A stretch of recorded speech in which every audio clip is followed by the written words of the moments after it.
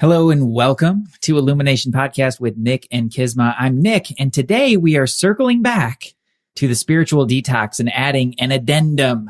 Spiritual Detox Part 4 today, everybody. 5 things that you can do to stay clean and clear. Hello and welcome to Illumination Podcast with Nick and Kizma, bringing you ancient wisdom for modern day success so that you can have the mindset to get your life and business set. As always, thank you for tuning in. And if you're new to the podcast, take a quick second to hit the subscribe button in iTunes, SoundCloud, or Stitcher. If you want to get the inside info for this and every episode, as well as some free gifts, go to illuminationacademy.net/podcasts. And now let's dive in to get your mindset for your life and business set.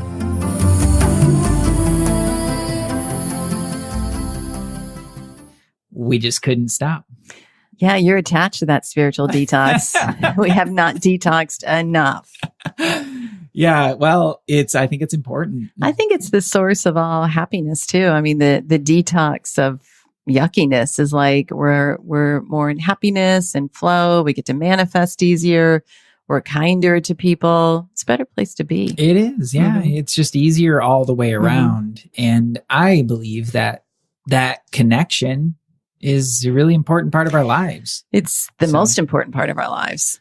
Yeah. I mean, the most important detox is the spiritual detox. Yeah. And what inspired this for our listeners, what inspired this new part of the conversation or this addendum to the conversation is we were watching a video of Wayne Dyer.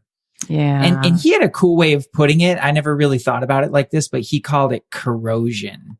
Corrosion of like the intuitive line or the hookup. Yeah, spiritual cord. Yeah. Mm-hmm. That's a good word. Corrosion. You can just see it and feel it. It's like, Yeah. I like how it's kind of like, ooh, like you can just imagine like rust or like, right.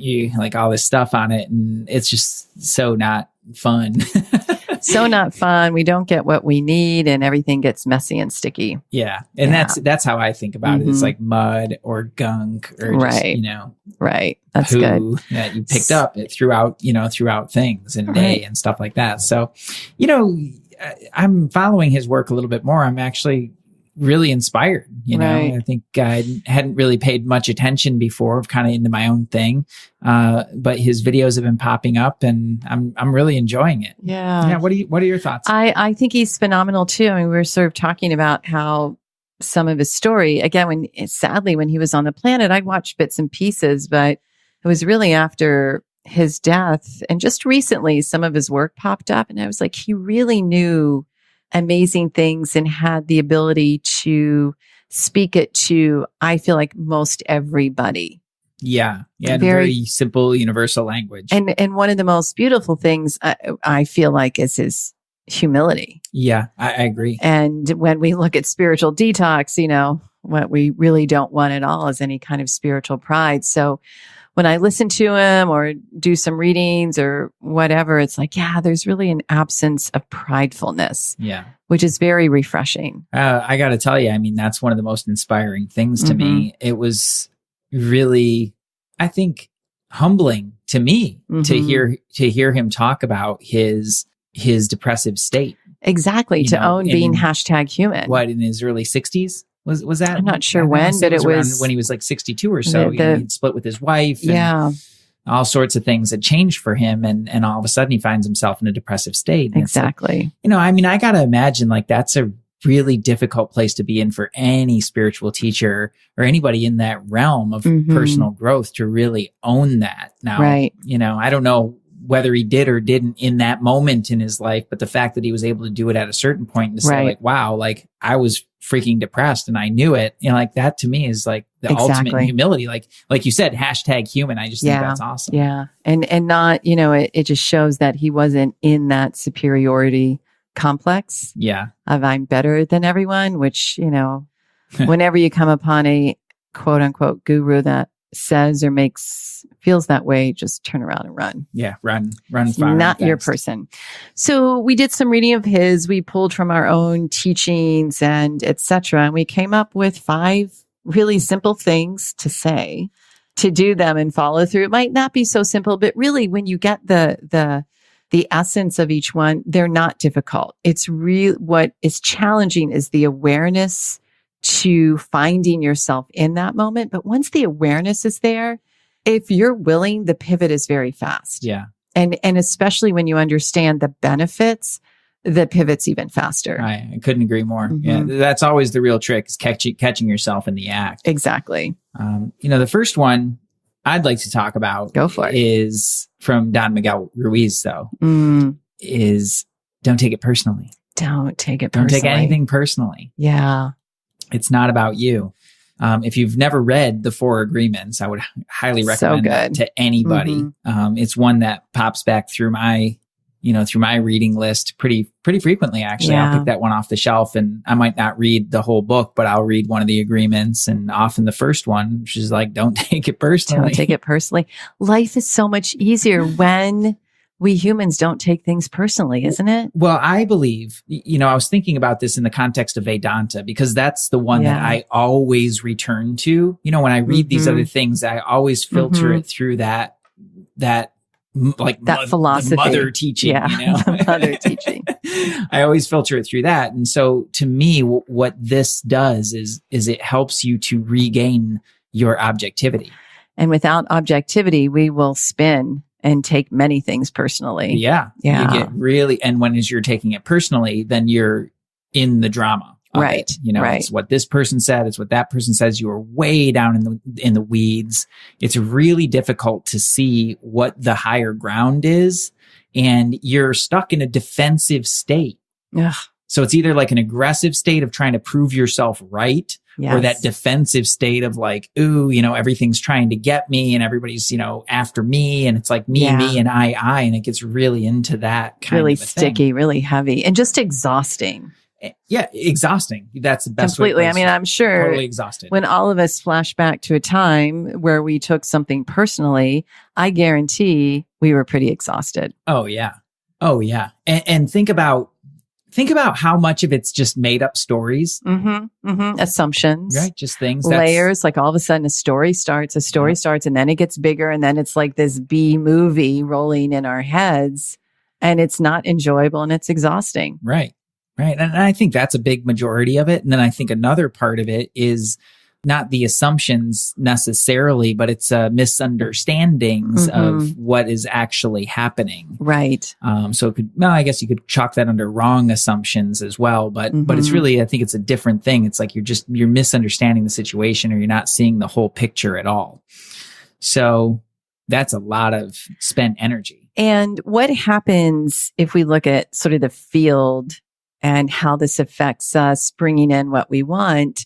When we think about those sorts of stories running in our head, taking things personally, mulling it over, having that noisy conversation of how everyone is doing something wrong to us or whatever, we focus on that sort of energy frequency expands. And then something else pops up. It's like a little seed that will attract another low vibe thing that shows up in our life. Maybe we drop something and break it, or maybe we get sick. It just brings us into a low vibe, which will attract other things to happen in a low vibe. And before you know it, it's like the field has just sunk, and we're not resonating. We're not vibrating. We're not at a frequency of what we desire that allows our life to be in flow. So it really does no good. And, I think it's important too, Nick, to not minimize how people feel. Things happen. Our feelings can get hurt. Sure. Yeah, absolutely. So it's not to say be a robot and don't feel anything. I know it's always better for me when I examine, okay, do I really need to take this on? How is it going to serve me if I sit and pout or be angry or be upset or assume someone's trying to do something to me where they might not be thinking about me at all? Right.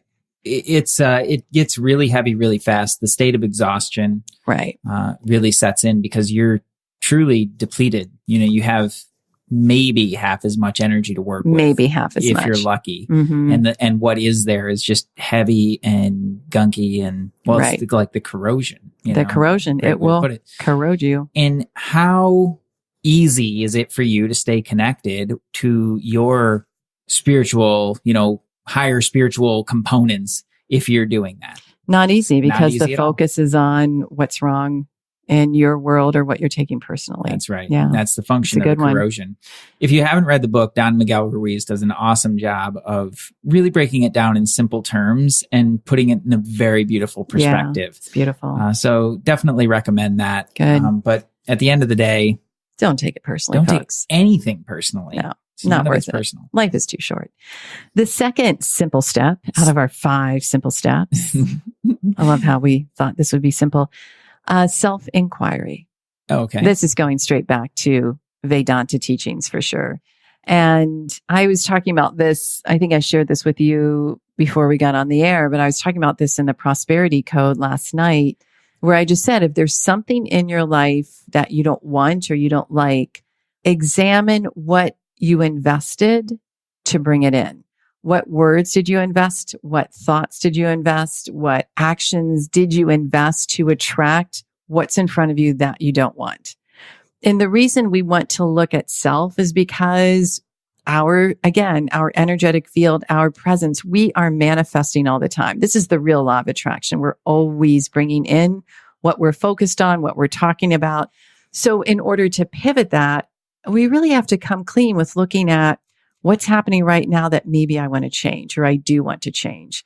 And then inquiring to self, what are the different thoughts that need to happen? What are the different words? What are the different actions that need to happen in order to up-level what we're seeing around us? And that's when we get so many answers. Even when something almost like in crisis mode happens.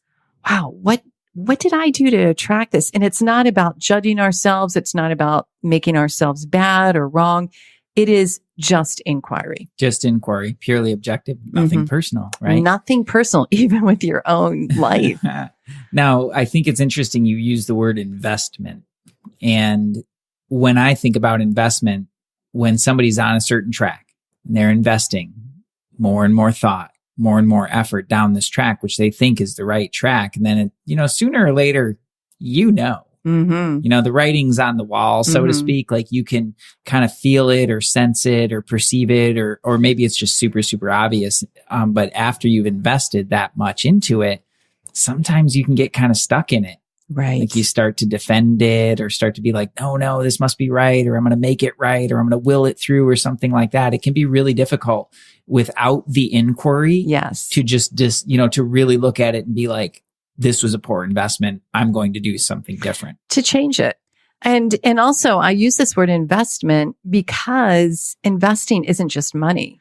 We have to look at what are we taking up mental real estate with? What are we taking up emotional real estate in ourself? What is taking up our spiritual real estate? So looking at all these things, that's when we understand our thoughts, our words, our actions really are an investment into our life. And to me, it's like any other investment. Okay. So if you've got money in the stocks and you see that stock and it's like tanking and it's a little bit down and you can be like pulling for it, like it's totally going to do it. It's totally going to do it. And you wind up losing everything.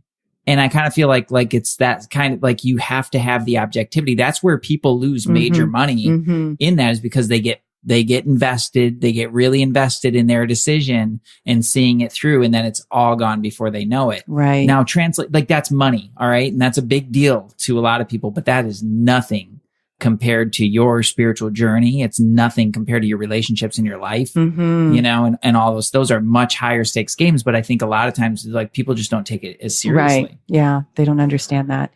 Well, moving on for the third one, this has to do with the other as well. And it is really being concerned with what, quote unquote, they want for you, what other people want for you in your life.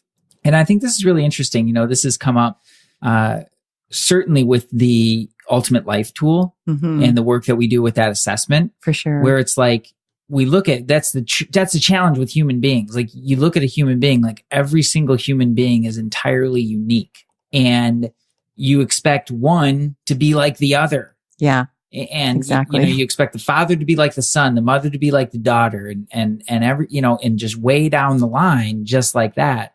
Just because they're in a certain position or they're a certain way, you expect them to be a certain way. And it's just not true.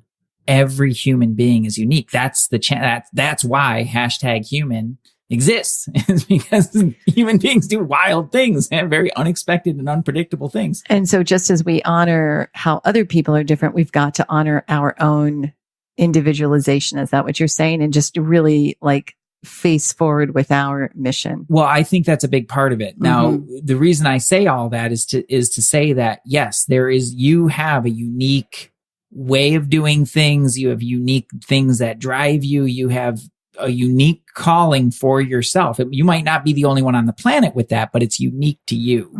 And certainly in the way that you would go about it. And in our world and in our brains, the brain's like always trying to categorize things, to put it in its little box. So I know where it fits. And so I know what it is. And so I know what to call it.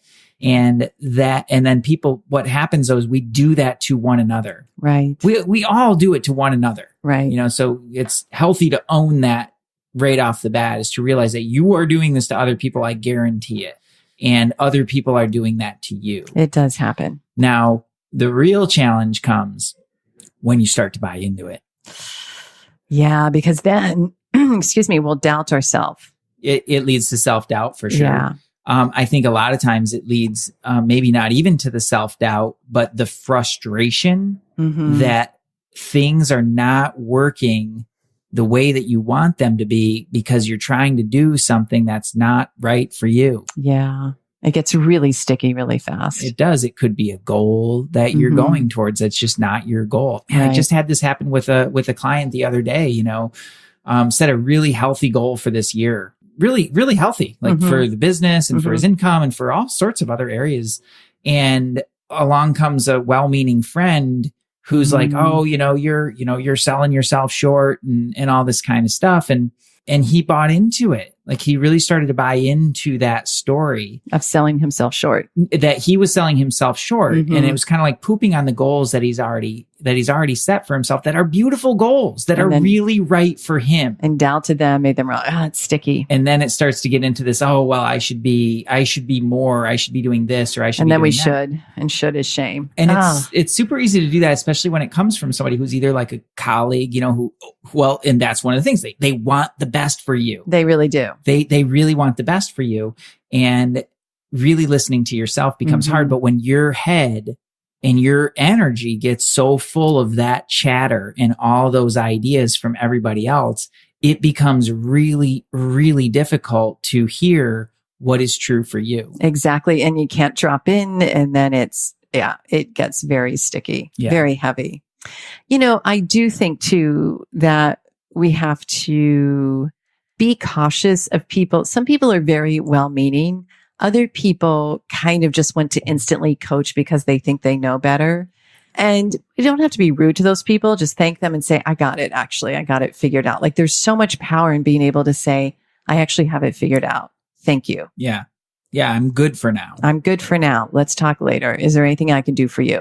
Yeah. Yeah. I think that's always a healthy thing. It's important to stay true to you. Yeah. That voice is not always that loud. Yeah. Sometimes it's just a whisper, but if we ignore it, it doesn't show up as much. You keep ignoring it, and then it gets louder and louder and louder. And I think it comes back to that. I think most people are really, I'd say the vast majority of people are super well-meaning in our lives, whether it's parents or partners or friends or colleagues or even mentors, that can go awry with that they have really the best in mind for you. But it comes down to the same thing that you were just talking about, which is inquiry, really taking the time to inquire into that and to see if that's right for you. That could be right on. It could be right on and the wrong time. Exactly. Right. It could be flat out wrong, and just that's their stuff, in which case you want to refer to number one and not take it personally. So here's a way to avoid doing that to other people, is to always start something with, hey, I have an idea. Is it okay if I share? Because asking permission means that they might say, actually, I think I'm okay. Right, good. Don't take it personally. Cool. Yeah. Right. So you can ask like, oh, is it okay if I share? Then if they're still in the working process. But if they're done, if they've got it, we don't need to be sharing our ideas to confuse things. Yeah. And to share my own personal experience around that is, I know that you've told me certain things about me No. that I didn't really like hearing at the moment, or that were challenging for me. I don't know. I wish I could say, I can lie to our audience and just say You're not going to lie to our responded audience. just immaculately every single time. No, he makes a little face. He gets a little annoyed. It's very funny. Sometimes, not always, but it took me some time to sit with that and to really decide what was right for me. And that's another beautiful way to take feedback. You've got to look at what works for you and what doesn't. And what doesn't work, you let it go. Yeah. It's that simple without taking it. Notice how all of these are intertwined. It's really cool. They do kind of intertwine. Yeah. Cool. What's next? The next is let go of the need to be right. Oh, I think we've done whole episodes on this. We have. Yeah. The need to be right. I'm so thrilled that more and more people are understanding about this. It's also a bit of the need to not be wrong. So some of you might resonate with those words more. It's like, oh yeah, I don't want to be wrong. Because usually when I say, oh, you have the need to be right. No, I don't have the need to be right, which actually you do. But some people will hear it differently when it's the need to not be wrong. So letting go of this, it allows your eyes to open up beyond a box that you're in. It allows you to really see beyond the parameters and to notice miracles and opulence and opportunities right in front of you that when you sit in the need to be right, you're going to miss. Yeah. This one does loop back to what we were talking about in the inquiry when you're so invested in something and then you start defending it. Well, you are definitely in the need to be right around that. Yeah. And so it keeps the blinders on. Right. So the biggest thing that I noticed that the need to be right does energetically is a couple things. It shrinks your heart. Yeah, totally. It makes it hard and brittle. It exaggerates your mental will. For sure. You get really willful about things. And then now all of a sudden you're projecting your, the way that it's supposed to be onto everybody else and really, enrolling them in things for your, just because you have the need to be right, not because it's necessarily the right thing. Right. And that's a problem. And then it has that kind of harsh, brittle energy to it. And what it does is when you meet other people with that is it creates massive conflict because who do you know in your life that really likes it when you come into their world and just start telling them everything about, the way that it is? Yeah. Like, how do you like it when people do that to you? It's so put-offing. Right. Off-putting, put-offing. It's just not fun. Right. And it's a mental construct. Right. So the challenge with that is that, you can soften it in certain ways and that's nice, but the energy is still pretty much the same.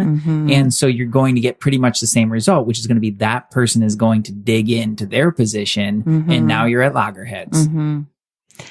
And it doesn't make, you'll find too, I feel like, if you're in the need to be right, that sometimes you're not real nice with people.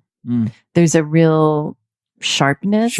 Yeah. And direct is good, but a sharpness or kind of just it can't really be heard. Right. So even when you're trying to convey a point, when you're coming with that energy, sometimes the other people won't hear. No, because they're defensive. Yeah, their field's up in defensive mode. Consciously or unconsciously, they're in a defensive mode. And so inside their head, they're basically angling to try to protect themselves or prove themselves right. Right. And the deeper that you dig, the deeper that everybody digs in. Now you're in trench warfare. What do you suggest to your clients to let go of the need to be right? The need to be right is tricky. It's real tricky. The best thing that you can do with it is to stay really curious. And it comes back, I guess that would be, I think that's the second agreement is like, don't make assumptions. We brushed on it here. But that's one is like, don't make assumptions. When you get really, really curious about people and get really good at asking excellent questions, you can actually get beyond that and break down that barrier between two people. Dealing with it in yourself is a little different. It's a little stickier. It probably requires some coaching and healing. And if you're interested, feel free to email us on that one, because we definitely work with the need to be right a lot. Yet I do like that, Nick. Stay curious and remember that whoever you are trying to impart the need to be right on, they're another beautiful human being with a soul. Like when you can connect at a different level, you don't have to be forceful. You That's can right. be receptive. You can be receptive. You can be soft. You can be playful even. Playful. All of those energies really help to break that down. Mm-hmm. You know it when you're in it because you're dug in and they're dug in and nobody's really, you can say a bunch of words, but nobody's really communicating. And I think one thing is just to stop and say, what if they are right? What if they have a really good point? Like that's pulling you out of the quicksand, everyone. But when you can do that and when you can just pause and be like, but what if they are right or they have a really good point and I'm missing it? Yeah. Then you go into automatic curiosity. Right. And you're also, you're respecting the other person that they might actually have an opinion worth hearing. Yeah. Like, ooh, that's so interesting. Mm-hmm. Yeah. I think you're right with that as far as really solving it in yourself. You got to have help. Like you got to have an objective info at sourcemovement.com. Yeah, really need to be right in the subject kind line. Of perspective on that. So the last one here. Yeah. Talk about, this is a good one. Well, we're really talking here about, this is, I think, one of the simplest to really get to. We saved it for last, but it also it can have a really profound impact. Decluttering, so to speak, your environmental noise. Mm-hmm. So a few ideas about that. Low energy substances. So, like low vibe type of things that things that are depleting to you. Sugar. Yeah. Martinis. Yes. Chocolate cake. All those kinds of things. Here's something that you can do in your environment, though. You talk about like a low energy type of thing. Walk through your house and just pay attention and you'll know what needs to go. You'll just know. You'll get a hit. Yeah. You'll be like, oh, yeah, that bag of marshmallows, it's got to go. It could be that. It could be your couch. It could be your detergent. Yeah. Yeah. We've certainly removed pieces of furniture at points in time. We're like, it's done. It's got to go. Yeah. It's time now. Yeah. So if you're hanging on to something and you're hoarding it, that's like not going to work. And sometimes just creating that space allows something cool to come in. That's right. Always, actually, it does. It always, It always allows something cool to come in. Music. What kind of music are you listening to? Or are you listening to music? This one's tricky for me because I love music and I love so many different kinds of music. And like one of my favorite artists is Radiohead. Like I just love. Are they? But they're not low vibe, are they? They're not. I mean, they're not the happiest vibe.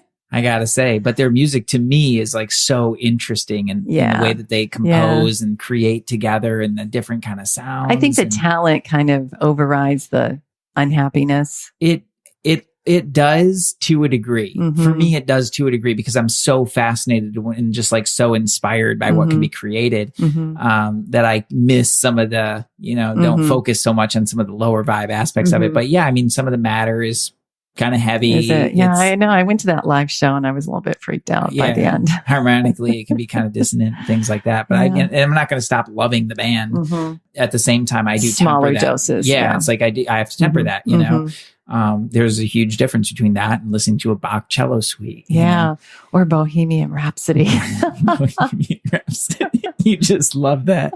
It's such a great movie. Yeah, I really enjoyed the movie. Yeah, I loved it. And I think sometimes I'll put on some Krishna Das or I'll put on some Trevor Hall. We've had him on our podcast. Like find something that you're like, oh yeah, I want to seize this day. Like, I think that's the best way to describe music. Like what lifts you up? Yeah. Not pulling you down to a place where you're in a slump and you're just feeling sorry for yourself and you're going over it again and again. Yeah. I remember that one of my very first breakups, like way back when. I mean, that was in like high school at the time and it was just like devastating to me. And I just sat there and like listened to this sad song for so long. I'm like, oh my God, I'm just wallowing in it, You need to stop. But that's what happens, I think, unconsciously, if anybody out there is like me, where you find a sound or a song that you really are just like something is really grabbing you about it, like you can just put it on repeat, but you might not realize what that's doing to your energy. And so that's the places where you want to pay attention. And like Kisma said, grab something that really lifts you up. Right. It might not be the same for anybody else, but it might be something that for you, that's unique, that just really helps you feel like, yeah, like I got this. Not like an aggro kind of way of like, I want to destroy this day. No, we're not talking destruction. But something that really empowers you. I like it. So I think that's a good one. Let's see here. People. Yeah. There's what always about people? When you're dealing with people, you don't always have a choice about who you're around. If you're at work or sometimes family, etc. Right. In the immediate moment. Now, over the longer term, you can make decisions about that. But you have to deal with where you're at exactly in this moment and make the most of it. And honestly, for that, it's, you just need really good energetic tools to stay out of their stuff. Right. But over the long term, you look at who you let into your inner circle, what kind of stories they're telling you, what kinds of things that you talk about and do as activities. Like if you've got a bunch of people that, you just hang out with them every Friday and Saturday and get drunk or do whatever you do, that's cool. Like, I'm glad that you can connect. And is that really what you want? Is that really what you want in your life? And I'm not saying don't do it, but I am saying, hey, give that a thought. Ponder it. And maybe less. Yeah, for sure. For sure. Because it's kind of like, again, like clearing the space, you allow something higher vibe in once it's What about TV? TV. Okay. TV, movies, video games. We got to look at that. We do. Yeah. This is another one that's. I know you love Games of Thrones. Was Game of Thrones? Game of Thrones. Shame on you. I can't believe you just shamed me. Did you see you just shamed me on the podcast? Game of Thrones, everybody. Like, how do you have to know that name. But after that head got burst, I was done. Oh, there was a scene, I don't know what episode, where the big guy burst the other guy's head. I was like, I'm out. I'm out. Viper. Yeah. I am out. Yeah. Done. You were done after that. That was all over. It took me weeks to get that image out of my head. Yeah. I'm not surprised. But these sorts of things happen on TV all the time. They do. Right. And so this is one where I'm a little drawn because I love a good TV show. Couple recommendations. Again, get some really good energetic tools to clean yourself up because that has an impact. It does. I guarantee it. Notice how you sleep after you watch a really violent show or film. And, it needs to just get cleaned out. You can do things to mitigate that. If you're watching it on TV, 100% do not listen to the commercials. Oh, no. They're designed to disrupt you. Mute. So you mute the commercials always. Yeah. And really just take a look at where you're willing to go with that. I had a teacher put it to me really well one time. I was asking about, sugar was one of the things, it's like, I had the sugar, had a bit of a reaction to it. I was like, this kind of sucks, whatever. And, the teacher was great about it. She's like, do it, but before you do it, commit to yourself to cleaning it up. And what that did for me was really make me rethink that because I know what I need to do to clean some of those things up. And it's like, am I that committed? And if you are, good for you. And truthfully speaking, like more often than not, I'm just not that committed to the chocolate cake, Yeah. Right. So that's a few of them. You can look at other environments, other medias, other things like that. I think the important thing here is, we talk so much about the internal equals the external. And this is true. The level and frequency vibe of your inner being, of your consciousness, of your field is creating your external. Yet we also have to understand our external will affect our internal unless we are so freaking resilient.